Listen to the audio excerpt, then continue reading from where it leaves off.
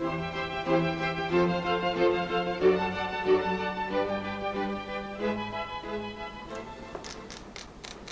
flesh of that salmon has to be pretty firm to withstand that slicing that you're doing down there. Sure, I mean, it can't be too firm. I mean, sometimes salmon can be too fresh. It's got to have a couple of days' rest.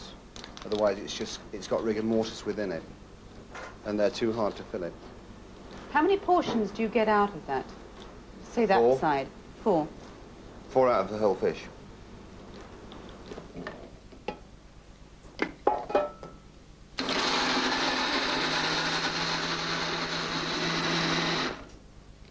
So that's the first stage of the beurre de tomate or the tomato butter sauce. Basically, we've got the little cherry tomatoes. We put them in the liquidizer, skins, seeds, everything. Liquidize them for about 30 seconds, just to break down the pulp. And then what we do is we actually pass them through a very fine sieve to remove them. And it's just tomatoes and butter, this sauce? Just tomatoes and butter. A little olive oil. So we have the tomato puree here, which is brought to the simmer. And then it's liaised with olive oil and butter, finished with a little seasoning, little orange juice, tomato concasse and fresh truffles. And then the salmon's poached for about 2 minutes in goose fat. Goose fat? Goose With fat. fish? It's got a nice subtle flavour, and it gives the salmon a great flavour. And salmon's a very oily fish anyway, so it's not if it's turning it into grease, because it's only poached in there, and it's removed out, and no flavour's lost.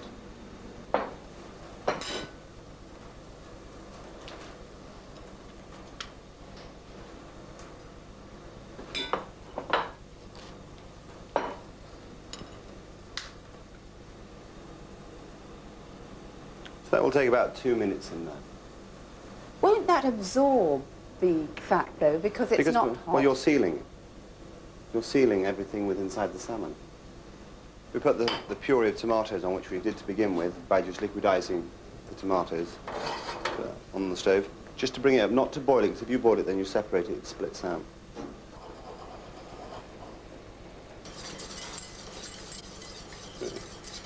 Add the butter. It seems to me that your dishes are getting simpler the more confidence that you gain. Simplicity has been always the secret to everything. It really has.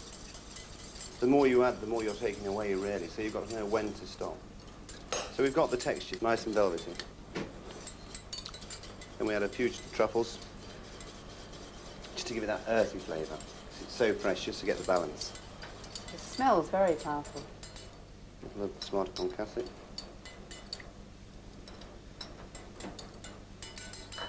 Little orange.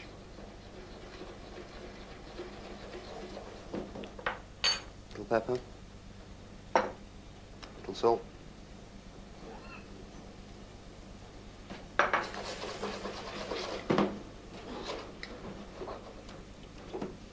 That's ready now. Now we just warm it slowly on the stove. Heat in this kitchen seems to grow. So now, then we sauce the plate.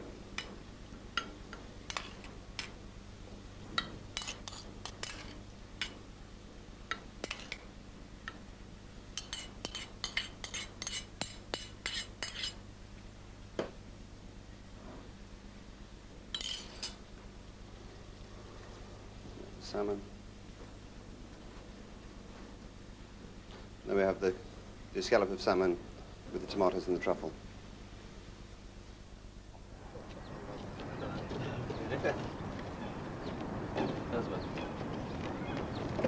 Also, my picture take on this from the magazine.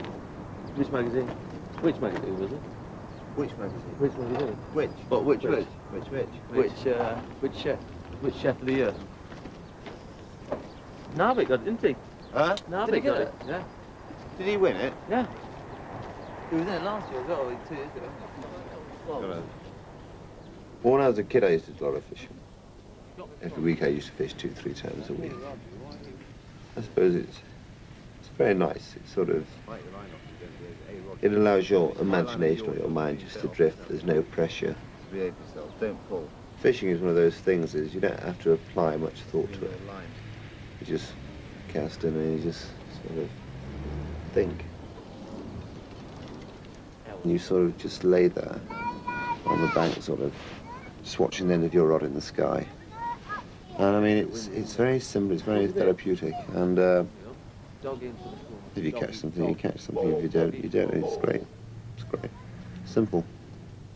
And I suppose that is a great asset, having that on ones with common. I got the feeling we've just been stitched. Bring in the log, Stephen. Yeah, wind the log in, boy. You'll do all right there, believe me. I saw a man catch a tench there last year.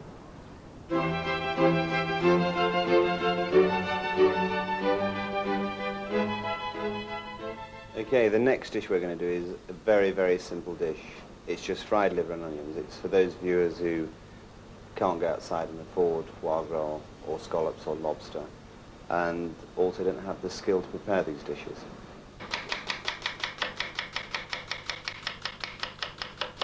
Two-star chefs, of course, never cry, especially when they're peeling onions. The only time I can imagine a two-star chef crying is either if he goes from 2 to 3 or from 2 to 1, whichever way. Calf's liver and onions. Great marriage. Half of Britain was brought up on it. But not calf's liver, of course. Depends where you came from. I suppose if you came from Yorkshire, it was pig's liver. I suppose if you're in the south, it was calf's liver. Did you eat pig's liver as a child? Well, I suppose as a kid I didn't know whether it was pig's liver or calf's liver. But now, thinking back to when I was a kid, it can't be calf's liver. You didn't like it? I don't think... No, it was horrible. So you take a little butter, just a little, don't need that much. That's for the onions, is it? Yeah. So first we've got to melt that.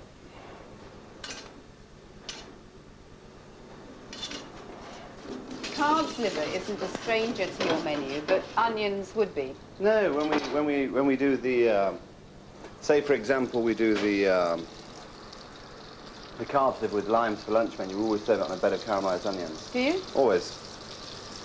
So your butter's starting to sizzle now. It's getting there. Right. How can you cook anything slowly on such a hot oven? Who said fried onions should be cooked slowly? Well, I always thought they should be. I thought that was the secret of them. It obviously isn't. If you cook them very, very slowly, you remove the acidity, sure.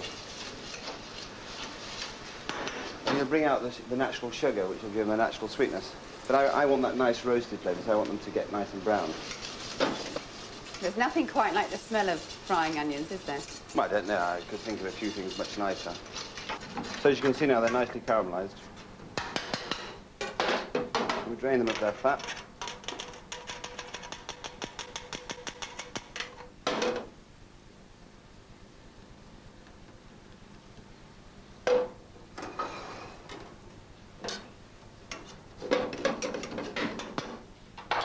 I personally like a touch of vinegar. Like sherry vinegar? Yeah, it helps cut the richness of the calf liver. But then, yeah, it's horses for courses, and there's our